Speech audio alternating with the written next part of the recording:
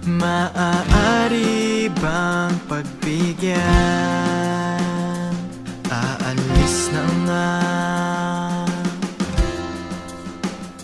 Maaari bang hawakan ang iyong mga kamay?